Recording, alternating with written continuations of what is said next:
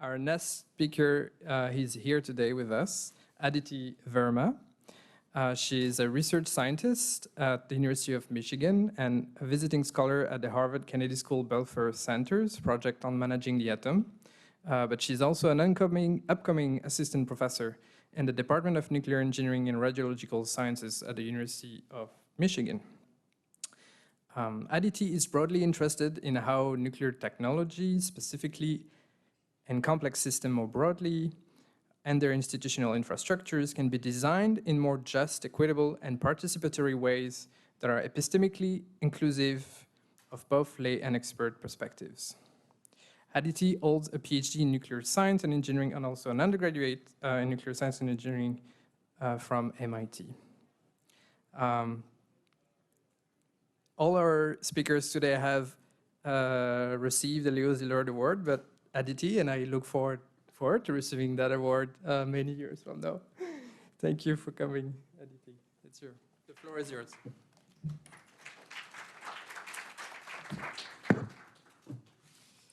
Thank you, Sebastien. It seems I have big shoes to fill relative to who I am sharing the floor with, as it were. Let's see, get myself situated. All right, so, do you want this? All right.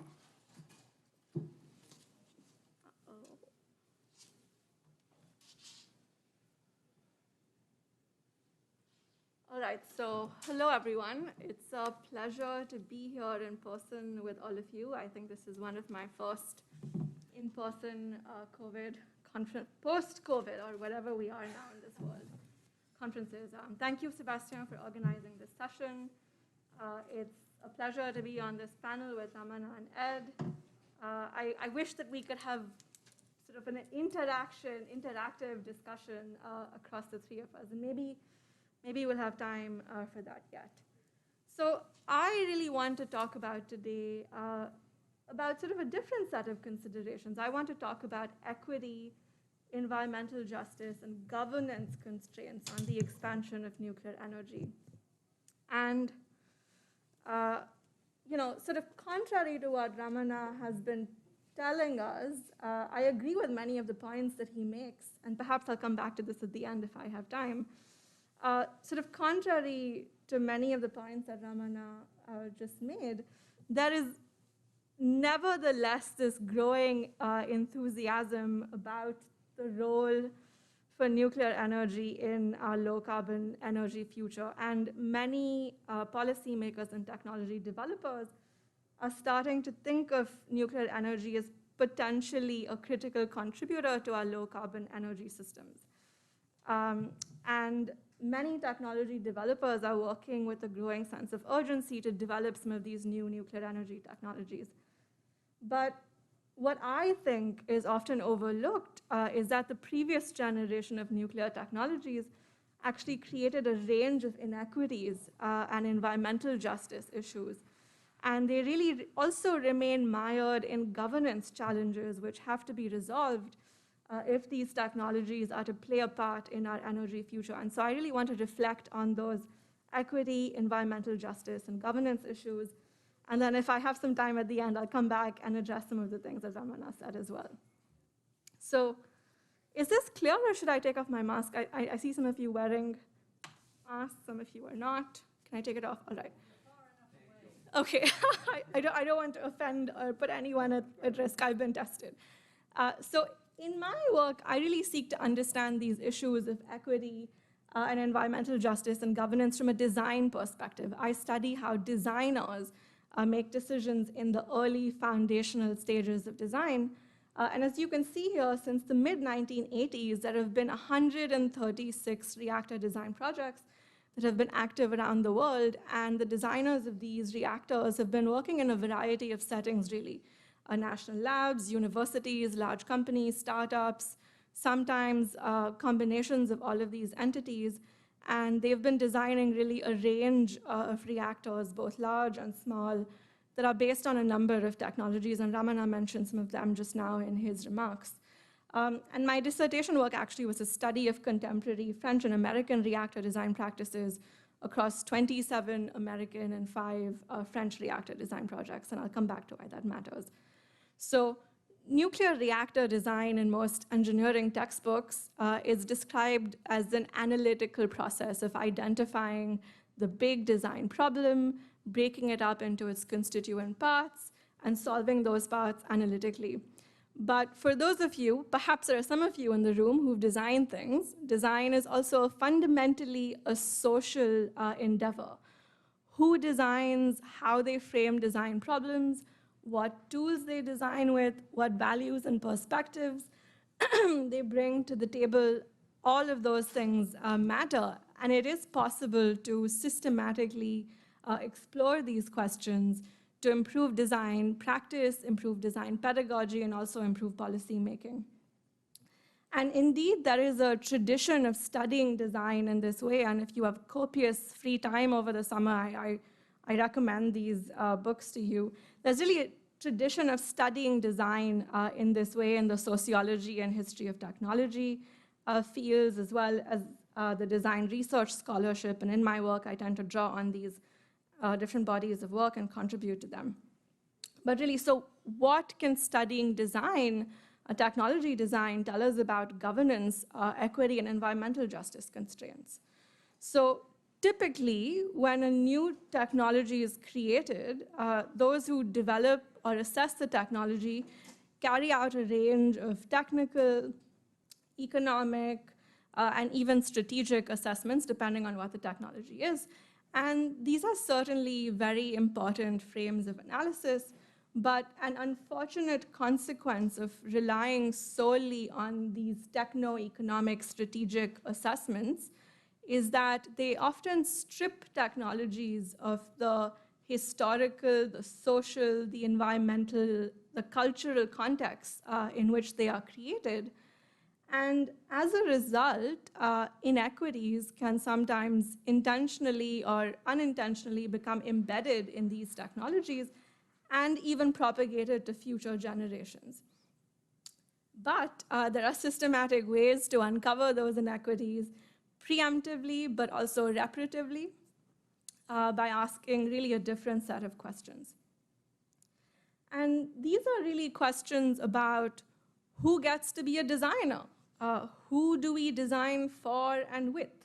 How do we scope and frame design problems? What values are embedded in the technologies that we are designing? How are the different sites of development of these technologies impacted by the development of those technologies? And finally, how do we make decisions about the governance of these technologies? Now, the very notion of what technology is of course, quite nuanced, because technologies can span many scales, from the underlying physical or scientific concept that underpins a technology to a simple artifact that might be based on it, to a complex system, to a socio-technical system, and then an entire industrial sector or ecosystem, if you will. And so we really should, wherever possible, ask the questions that I've just laid out across these different technological scales. And we're starting to do that now in many sectors, I think. So it's especially important to ask those questions across these different technological scales in the context of nuclear technology development, because there is a significant design paradigm shift underway in the nuclear sector, if you will. So nuclear reactors have long been designed as these large gigawatt scale light water reactors that were grid scale sources of power. And Ramana was telling us about these. These are the reactors which, particularly in the recent past, have been prone to cost and sort of time overruns in their construction. But now we are starting to see a shift in the design paradigm, if you will, to these small modular, even micro and nano reactors, which are intended as off-the-grid, distributed, community-scale sources of heat and electricity. And as Ramana rightly pointed out, many of these, or really all of these at this moment in time, are paper reactors. They are yet to be built. So nevertheless, these new reactor technologies that are under development, they signal a shift in our design paradigm. And if that design paradigm is recognized, or if we want it to be if we want that design paradigm to sort of be the dominant one, our design practices and the ethical underpinnings of our field also have to change along with the changes in the technological designs themselves. And so I'd like us to revisit some of these questions in the context of reactor design. And much of what I'm about to say may sound like an indictment, but it is spoken in a spirit of constructive critique. So from the 1950s to the early 2000s, there were really two main reactor design companies in the US, and the lead designers of these reactors in these companies were really men who rose through the ranks of these companies over the trajectories of their careers. But now, with the emergence of many university and even startup-based reactor design teams, the lead designers are often younger, sometimes fresh out of graduate school, but they are still predominantly men, and they're still predominantly white. And many of these are my colleagues and friends, and I don't mean to malign them, but it's just a statement of fact. Now, the making of design decisions by this narrow demographic is now a problem because the reactors that are being now designed, they're not being designed by large companies for other large companies that are electric utilities. They're actually being designed for communities or to be sited in and around communities, often communities of color. And those community perspectives are actually needed, but missing from the design process. And increasingly, designers, including ones that I often talk to, they recognize this as being a problem. So one such example of a community whose perspective is missing from the design process is this one. It's, in fact, one of many, surprisingly perhaps, that are interested in nuclear energy. And I think this is, in some ways, surprising because these are communities that have lived adjacent to nuclear facilities, to DOE facilities for many years, and they are aware of the risks and benefits, perhaps more than many other communities. So it's surprising, and in fact, I think it's sort of a form of paternalism to say that you should not want nuclear energy. I think these communities should be given the opportunity to decide, having been informed. Anyway, that was a bit of a digression. Now, there are many such communities, including this one, that are interested in nuclear energy, and this is the community of Galena in Alaska. This is a predominantly northern indigenous community that's located 270 miles west of Fairbanks. And in Galena, electricity is produced via diesel generation, and it's expensive and carbon intensive. And the diesel that is used to generate this electricity is shipped to Galena during a very narrow seasonal window. And so there really is an energy security problem, if you will, in Galena on a community scale. So Galena, as a community, has expressed interest in nuclear energy since 2004, and its residents want to have a say in the technology design and the facility design and development process. But as I've been saying, the perspectives of communities like Galena are not currently represented in the design process of nuclear, or for that matter, any energy technologies. And this is sort of a glaring problem that we should be trying to solve, and that it's the work that I hope to do in the future. So now, when reactor designers set out to design a new system, instead of thinking about what energy problem they're trying to solve and whose energy problems they're trying to solve, instead of doing that, when setting out to design a new system, reactor designers, especially those who've been working in large companies, they tend to start their design work with sort of the immediate selection of a type of technology and a type of reactor design, and then they go on to develop that design further. And this is generally because the companies where a lot of this design work has been done until the recent past, they have multi-decadal histories of design, and they have these vast design archives, and it's easy to sort of take something off the shelf and develop it further.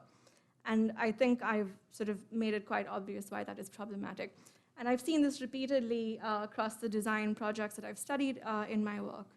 Now, low-carbon energy sources of the future, if they are to be designed equitably, and as you can guess, I think they have to be designed equitably because now we're talking about community-scale sources of heat and electricity. These low-carbon energy sources of the future, they really have to be designed with the perspectives of the host communities in mind. And that isn't happening yet. It's not happening in the nuclear world. It's not happening anywhere. Now, another set of issues or questions have to do with how the sites of development are impacted. And we really have to be cognizant of not just of the sites where the technology is built, but also the sites from which resources are extracted for developing or building the technology, and really understand how those sites are impacted. So historically, uranium mines, nuclear waste disposal sites, and even large research facilities, such as the national labs in the US, they've been sited on indigenous lands with little to no compensation for these communities, often forced displacements, and in many cases, disproportionate health burdens that have been borne by these communities. So these are examples of past harms that really have to be repaired if we are to have some sort of future. And Sebastien actually has done very important work in this regard in the area of nuclear weapons testing. So I'm doing a plug for your wonderful book, which I hope you brought me a copy of. Now, a next question to ask here is about how we make decisions about the governance of these technologies. I'm just going through the list of questions that I laid out in the beginning.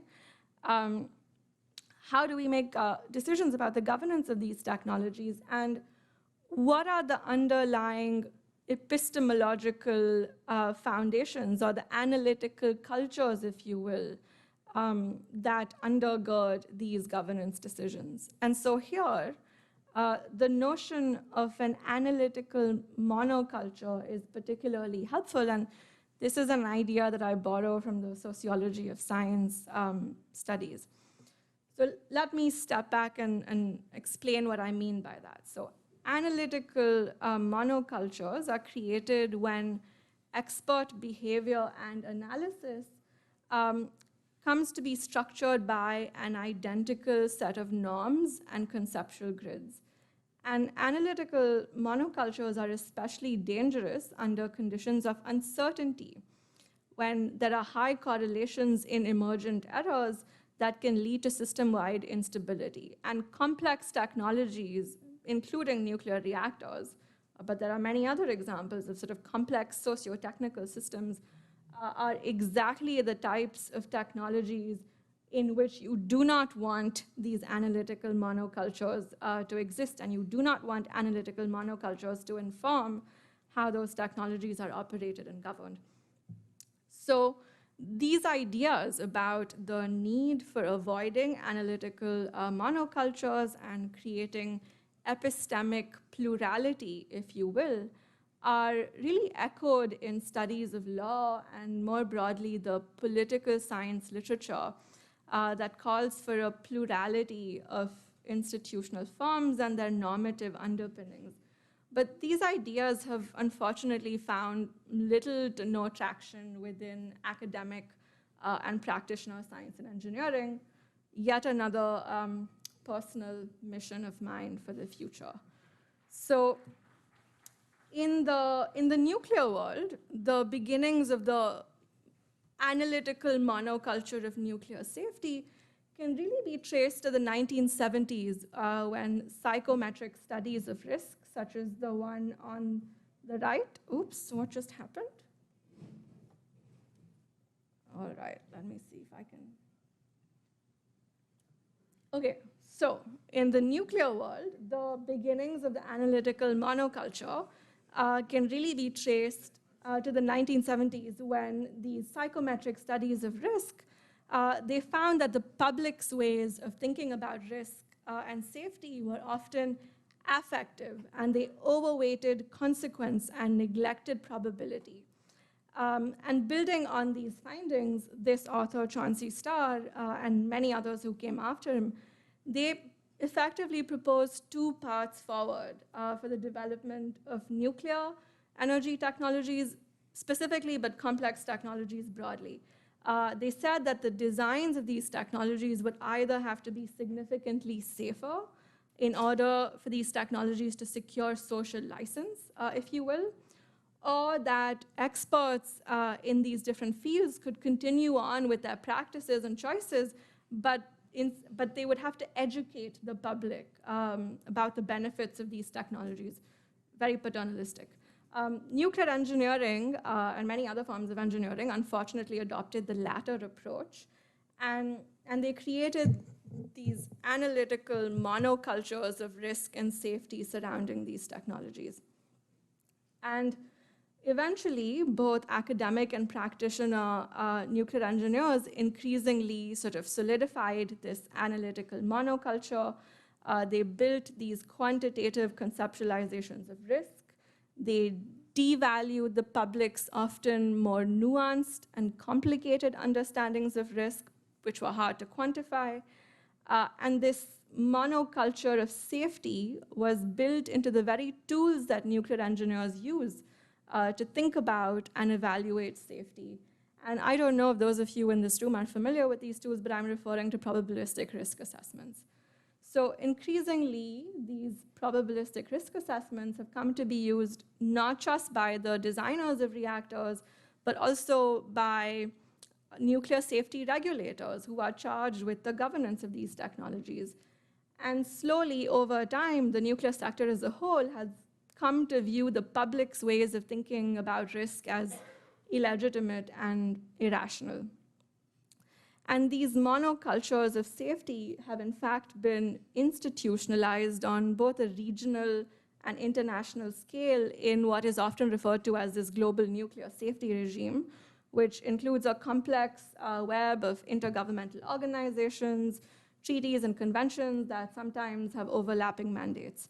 And so in my work, I really examine this monoculture of safety. And being a nuclear engineer, this work for me really began with a sort of hunch that our implicit and uncodified ways of thinking about risk and safety as engineers and as designers are much more nuanced and complicated than the simplistic stories that we've been telling ourselves and which we keep perpetuating through our policies, our practices, and pedagogy. Now, analytical monocultures are especially problematic because they prevent us from learning effectively from incidents and accidents, as they have in the past in the nuclear sector. How long do I have left? You're doing good. You have almost 10 minutes, 9 minutes. Okay, great. Now, for those who work close to or with a technology that has caused or experienced an accident is catastrophic not just because of the direct damages that it causes, which are obviously very serious, but also because of the ways in which accidents destabilize the worldviews and the practices of those who are closest to a technology. And for these individuals and communities of experts, accident analyses are often sort of a closure mechanism. Even if the problems that are inherent in a technology that caused the accident, even if those problems can't be solved in a real sense, these post-accident analyses are often ways to solve those problems rhetorically. And there's a large body of work within the sociology of science and technology studies that talks about how accidents are investigated, and I'll say a little bit about that. So within this body of work, there's sort of a general consensus that numerous tensions are revealed in this process of accident investigation, and I'll quickly touch on three important ones. So a first set of tensions has to do with localizing the causes of an accident to a particular site or technology, versus diffusing them outwards towards human interactions and organizational cultures. A second tension has to do with ascribing agency and responsibility for an accident to human and organizational factors versus technological factors. And a third tension is between the need to follow protocol and exercise protocol-defying judgment and improvisation as an accident is unfolding. Now, I'm laying out all of this because each of these tensions really emerged in the analyses that were published after the 3 major nuclear accidents that we've seen, Chernobyl, 3 Mile Island, and Fukushima. And these tensions made it possible to have a multiplicity of interpretations about the causes of the accident, but also multiple ways of thinking about what it meant for these systems to be safe. And I won't go too much into the details of what I found here in my work, but in fact, I do find that even in design contexts, in settings where there were individuals who were designing reactors in the immediate aftermath of these accidents, there was indeed this multiplicity of views and ways of thinking about what it meant for these systems to be safe. And so I found that the designers' conceptualizations of risk were in fact contingent on the design setting and their own backgrounds. Designers, as they were making some of these most significant design choices, were in fact thinking about risk qualitatively and affectively, just like the public. And these qualitative and affective conceptualizations of risk often led them to new design ideas. And these diverse ways in which designers actually think about risk bear striking similarities to the views of publics and non-experts that are reported in this literature on risk perception that I was just talking about. So all of this really suggests that as engineers, there is a need for us, and perhaps there is no us in this room, us is just me. There's a need for engineers to break away from these analytical monocultures that we've created surrounding design specifically, but also the governance of our technologies broadly. And this dominant narrative of risk, the analytical monoculture that I've been talking about within engineering pedagogy and practice and policy, is actually an inaccurate portrayal of how experts think about risk. And it's not only led to an antagonizing expert-public divide, but it's also led to an ineffective governance of our technologies. So I've really been talking about nuclear technologies for now, who knows how long, I've lost track of the time. But I want to conclude by saying that these are important questions for us to be asking, certainly in the context of nuclear energy technologies, but really all energy technologies that we hope will play a role in our low-carbon energy futures. We really have to resolve these really massive equity, environmental justice, and governance challenges that as yet remain unsolved. And I think a meaningful consideration and resolution of these issues and challenges really requires that those of us who invent these technologies and those of us who design them, we need to look beyond the scientific and engineering details of the technologies we design, and we need to look beyond that aspect of our work, which certainly is very important.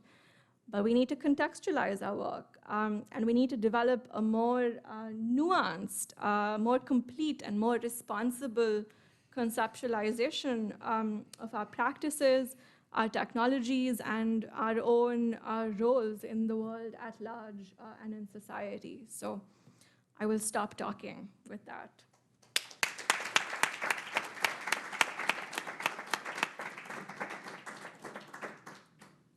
Thank you so much, Aditi, for a wonderful talk.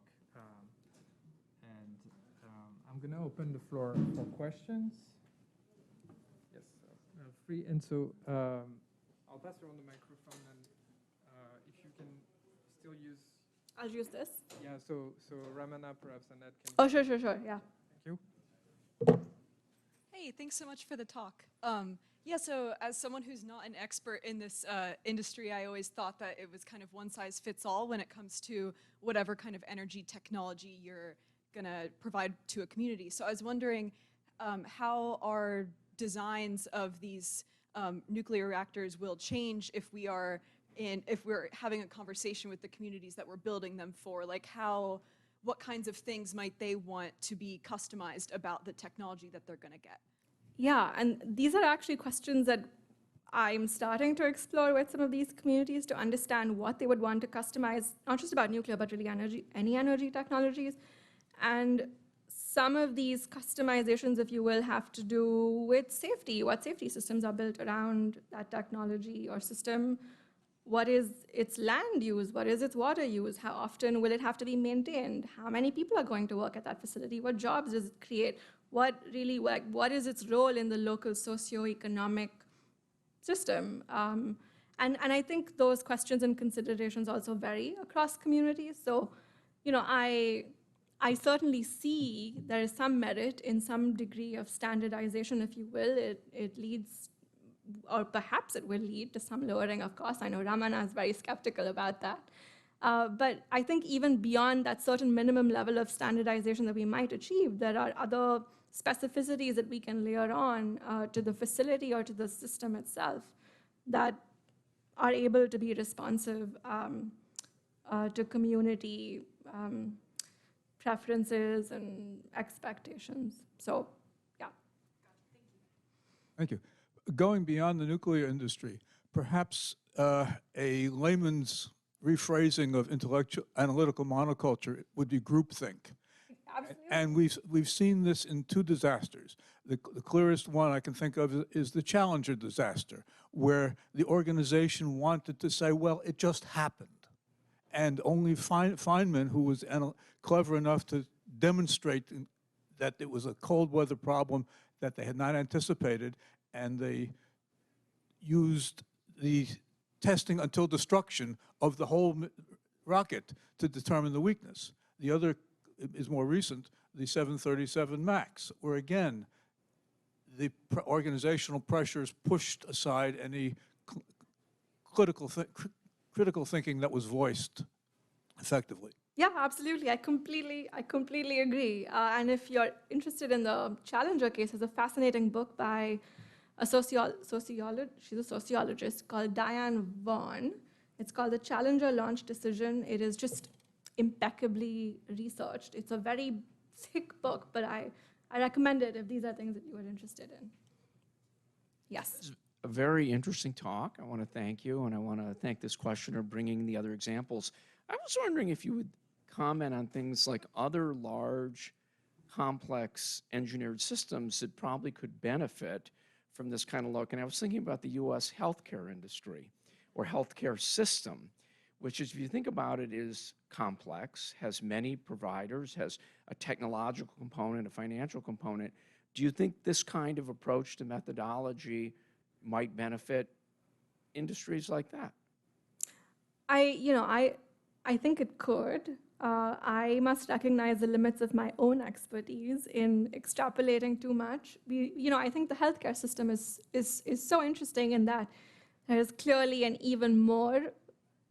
a much greater social component. It's a much more diffuse system, and I think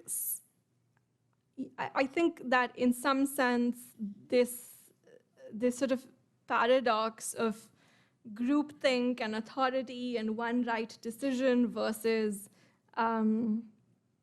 multiple different perspectives of thinking about the same problem.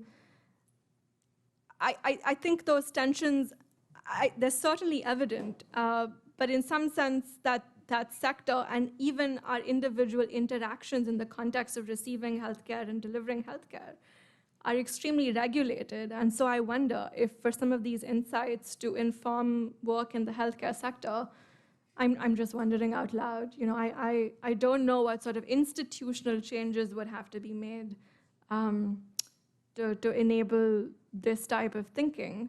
But certainly there has been a lot of sort of pushback from people such as ourselves. We're all experts in some regard, but we're also laypersons in other regards. And there's been this huge movement towards sort of people and patients owning their own data, being able to make decisions about how to use that data, who has access to it, how it's interpreted.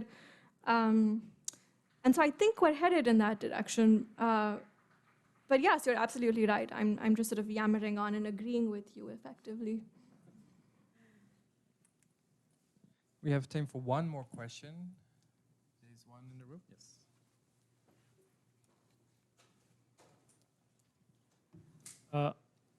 I will ask you to stretch your limits a little bit more. Do you have any comments of how analytical monoculture could be there in the peer review culture in which we function as science? Is that part of the culprit, or is there a way we can change our systems so that this kind of group thinking could reduce? We can bring in something else. Do you have any comments on that? Yeah, that's a fascinating context in which to think about it. I mean, in some sense, I think it does exist, right? Because there are gatekeepers in terms of who decides what is legitimate knowledge, what is a question worth asking, what is an important question, what is not important. And the people who make those decisions are effectively then determine what type of work receives visibility, whereas other work is sort of banished to the low-impact journals, if you will, and unpublished dissertations. I think we need perhaps a different way of vetting each other's work. That is perhaps, I think that we need to take back some of our autonomy that we've ceded to the journals. I think the way in which the sort of scientific publication system functions is problematic. I don't have an immediate solution except to say that I wonder if there is a Wikipedia-esque way to vet scholarly work. Perhaps there is, perhaps there isn't. But I just wonder, if certainly for any particular paper that is written, wow, this is so far from the subject of this panel. For any particular paper that is written that's very sort of esoteric and specific, there are probably a very small number of people who are able to review that entire paper, but probably a much larger number of people who can review parts of it and speak to its validity and rigor and all of that. And I wondered if there is a way to sort of disaggregate our review process in that way, which is why I sort of bring up the Wikipedia analogy. But yes, let us return to nuclear technology and climate change with the next speaker. Thank you. These were great questions.